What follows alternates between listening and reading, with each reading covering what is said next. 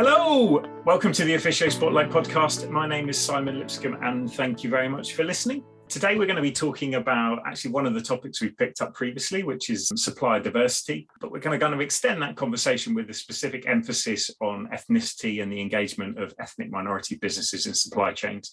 For those who are regular listeners, you will know we've previously covered this topic in another podcast, which was with Victoria Mallinckrodt of the World Economic Forum. And I'd encourage anyone that hasn't to listen to that. I think it's a good companion to the conversation we're going to have today. But today I'm delighted to say I'm joined by Mayank Shah, who is the founder and CEO of an organisation called MSDUK. So MSDUK is the UK's leading supplier diversity advocacy organisation and works for the inclusion of ethnic minority businesses in corporate supply chains. So Mayank, thank you so much for joining me for this conversation. As always with these things, I think a good starting point would probably be at the beginning, really. So just to understand a little bit about you and what's led you to becoming an expert in this topic. My journey in the world of supplier diversity started nearly 20 years back when I just came from India to this country, did my MBA, and then started my PhD, a doctoral research on supplier diversity, which was funded by a local economic development agency back in 2002. And the whole sort of centerpiece of that research was to look at how ethnic minority-owned businesses in this country can be helped to grow and be part of mainstream by getting on corporate supply chains and look at the American model of supplier diversity and see what are the good practices that can be transferred over here. One thing that I would like to say is I've never completed my PhD. That's why you don't see a doctor in front of me. But I used that 4 years of extensive research to basically that almost, I would say, MSDUK was incubated from that research. MSDUK stands for Minority Supplier Development UK. It was set up in 2006 as a not-for-profit organization. And the whole purpose initially was to understand corporate supply chains, work with global and UK and British firms, and look at their supply chain, encourage them to consider inclusive practices in the supply chain, and connect them with the underrepresented ethnic minority businesses. So we were almost like extended sourcing arm of these big companies, trying to understand the requirements, the gaps, and then going out and finding the right ethnic minority businesses who are fit to supply and make those introductions. So that's how MSDUK was started. So looking particularly at the issue of ethnic minority businesses, where are we starting from? I mean, what does it look like with the UK landscape at the moment in terms of engagement with those suppliers? We did one of the largest ever research anyone has done in this country to understand the landscape of ethnic minority businesses in this country. And when I talk about ethnic minority businesses, we are talking about people from the non-white ethnic group in this country, those who have set up a business over here. You know, we all tick all those boxes every day about who we are. So those boxes, the census definition of non-whites, Asian, British, Asian, African, Caribbean, Chinese, Middle East, and mixed race people, they fall under the ethnic minority category. And the businesses are majority owned by people from these backgrounds, and they are British citizens. That's how we define an ethnic minority business. You know, it's linked with the history of immigration in this country, and that's the reason why it's linked with the colonial rule where the British ruled. That's where most of our immigrants have come historically, and they've started business over here. But one of the biggest challenge we had was, and even now it is, that there is no official data of how many businesses we have because the government doesn't monitor the ownership of the business, even on the company house. Okay. And that was the biggest challenge. Where to find these businesses and how do we make sure that we are getting the right businesses? So we did this extensive research last year where we picked up on the 6 million businesses that are registered on Companies House, used artificial intelligence and had a team of 6 data scientists working on that, using number of algorithms to find out how many ethnic minority businesses are there in this country. And the research came up with a big number, and that's around 1 million out of 6 million businesses in this country are ethnic minority owned and led. They employ 3 million people, which is 10% of the workforce. Yeah. And they contribute around 74 billion as a gross value add to the UK economy. Yeah. That's a significant number. And that research showed how diverse these businesses are across a range of industries. Now, our government talks about leveling up agenda currently. That's a big priority of the government. Yeah. And when you look at those areas where they want to have a level up, these are where ethnic minority businesses are, from Yeah. Midlands to Northwest to, that's where the majority of ethnic minority businesses are there. So I think it makes sense to understand the landscape so that we can have the right policy and practices to improve the regional economies where you are talking about the leveling up. Yeah, and presumably, Mike, if the government doesn't understand the makeup of the ethnic minority businesses in the UK, then individual corporations that want to look at this agenda must have the same challenge, I guess, of even understanding within their supply chain what that looks like. Absolutely, that's the biggest challenge, and that's where we are trying to not wait for the government to do something, but do ourselves. So we are using AI techniques to understand the landscape, but also identify those businesses and then start encouraging them to be part of the network so that we can connect them to corporate supply chains, because we just can't wait for the government to do anything at this moment. We need to make sure that we act ourselves, and they're amazing business examples of, we have worked with more than 3 to 4,000 businesses, and they're some of the most amazing. The biggest challenge when we go to our corporate partners to say supplier diversity is important, we talk about perceptions. Yeah. And perceptions are that you almost pigeonhole different communities in different sectors to say, if you are from a Black African community, you will be, perception is that the businesses would be in just limited number of sectors. Yes. If you are Asian, you are in this sector.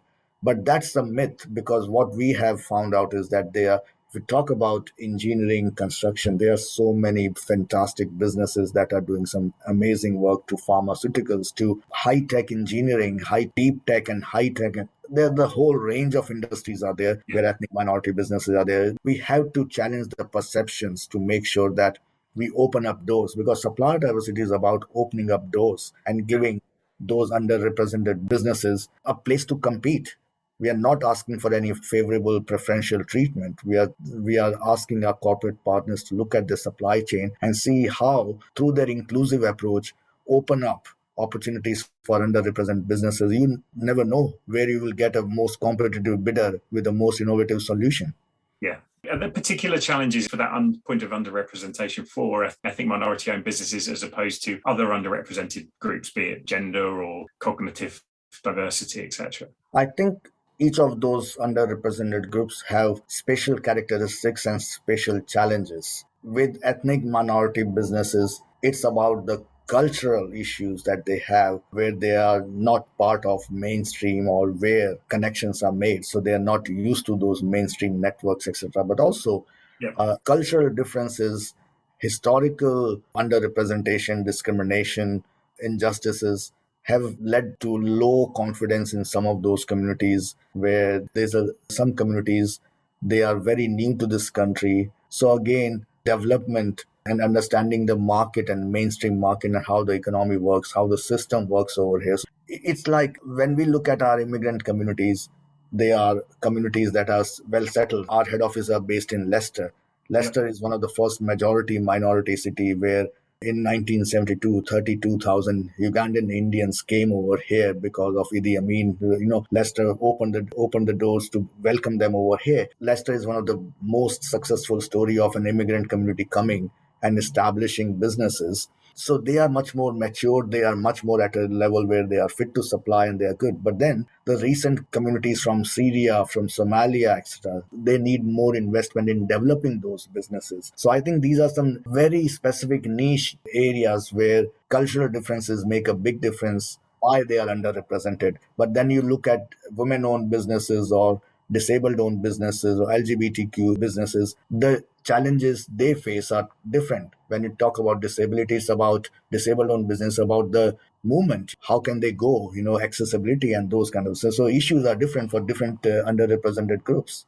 I understand. Mike, in your work, I'm guessing you're talking to corporations about this topic. And are you finding people embracing this topic more and more? And are they embracing it because it's the right thing to do, morally or in other ways? Or are you having conversations about the very brutal business case for why engaging ethnic minority suppliers is good business in a real sense? I always say that it's about winning the hearts and minds. So when you talk about winning hearts, That's the issue around social impact. Yeah. That's the issue. But when you have to win the minds of procurement people, you have to be very brutal commercial evidence of why this is important. So I think I have to balance both. So when I'm speaking to corporate world and when I'm going to speak to their leadership, I want to win their hearts. Yes. But when I'm going to meet the procurement teams and category buyers, I know that I have to win their minds. You Yes. know, so Yes. it's Very it's good way it's of putting it. it's a really fine balance that I need to, because, and I think the pandemic over the last 2 years of our experience of Black Lives Matter movement, both of them had a huge impact on corporate hearts, I would say. We saw how frontline workers are mostly from ethnic minority community, but how their living conditions, their economic conditions was so poor, and that came to the forefront. And we all realized that we need to do more as a society. And including corporate world has to do more to recognize the contribution they make, and there has to be a real effort, genuine effort, to encourage entrepreneurship in those communities so that we can improve the living standards of those communities. But at the same time, BLM movement also showed us that the social injustice has to be addressed with the economic intervention. Yeah. And I think that has changed the heart and mind of corporate world to say, okay, we need to do more. But I think the third factor that we don't, sometimes corporate world is ignorant of or not realizing, is the future market for them and future workforce for them. So when you look at the young people nowadays, they are demanding more. They don't want to work for any organization Yep. that is not making social impact, that are not serious about climate change, they are not social about environmental issues. Yeah. So they don't want to. So if you really want to attract the best talent within your workforce, the companies need to now not just tick the box but do things, and Yeah. show evidence that they are doing. And I think combination of all these three things are making supplier diversity almost part of the ESG agenda, and Yeah. also at the forefront. And we have seen that at MSDUK, where when the pandemic started, we were working with 35 corporate firms, and now within 2 years we are working with more than 110 corporations. So that shows the change.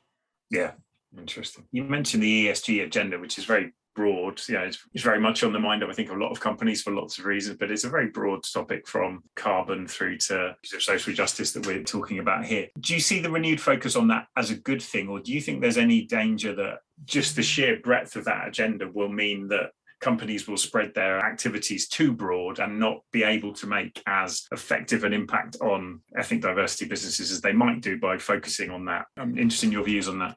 I think you are right, and I always have this fear, and I'm scared that, because almost like resources are stretched too off, and this is such a wide area Yeah. that sometimes and some of those are competing factors. Of, if you focus on something else, other part will suffer. But I think if you look at supplier diversity, one of the key things that procurement organizations are now looking at is, I think there was this whole phase of consolidation that came for last 5, 10 years, consolidating your supply chain. And then COVID happened Yeah. and the supply chains were disrupted. Yeah. And suddenly now organizations and procurement organizations thinking, okay, we need to have a local source of supply. We need to have an alternate option so Yeah. that we don't. I think that is something which has helped supplier diversity take center stage, because when you look at supplier diversity, you're looking at sourcing locally. So having almost establishing an alternate supply chain that can also bring innovation, because when you consolidate and say, for example, a catering contract to a national or global level contract, it's so difficult to drive innovation with a very large supplier. Yeah. Whereas if you're working with local supplier, you can change, you can drive, you can bring innovation, you can bring innovative ideas. And I think one of the key things, as we move so fast in technology, one of the things that corporations are also now thinking is, how can we remain ahead of our competitors by bringing new ideas? And new ideas can only be driven by small, nimble, diverse businesses. So Yeah. I think it's a combination, and I hope that it remains the same, and so that we can bring all the underrepresented businesses even finding technical solutions. We had some major examples where big tech companies, when we're developing an app for women or disabled, they didn't had disabled people or women in their development team, and Right. they got it wrong totally. Right. So I think the relation is there, and I'm very optimistic that Yeah. things like supply chains of the future would be much more nimble, much more inclusive, and much more innovative. Yeah. Listeners to this podcast will predominantly be procurement and supply chain professionals in corporations around the world. When you're talking to your member companies, like these ethnically minority-owned businesses, what do you think they would want to relay back to that audience, to that procurement audience, about how they could make this better for them, how they could move this forward? Sometimes I always ask procurement organizations to say and ask them, are you an immigrant? Because I came from India, leaving my family, leaving my community, leaving my place of birth where I was so well connected. Yeah. And the reason I came was because I want to succeed. So the drive that ethnic minority businesses have, just being that history of immigrants, you won't get it from indigenous businesses. That's what I personally feel. Being an immigrant, I Yeah. have worked double hard. People say that as an ethnic minority business, you have to work double what a normal business would do to Yeah. succeed. But I think it comes naturally because we want to have a better future for not only us, but for our kids. Yeah. And that's why we are hardworking. We are always thinking outside the box because we want to succeed. Yeah. And we are different. That's why we want to be different in even the business we do and how we do business. So I think that's what procurement organizations would get when they engage with ethnic minority business.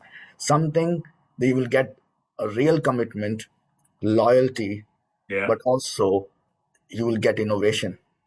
Yeah. That feels like an incredibly powerful point to end the conversation on, actually. I think it's really, really, really impactful. So thank you so much for your time, right? It's been a pleasure to talk about this topic with you. We know it's one our listeners are really interested in, and talk to someone like you that's at the coalface of making this stuff happen is really, really great. So thank you so much for your time.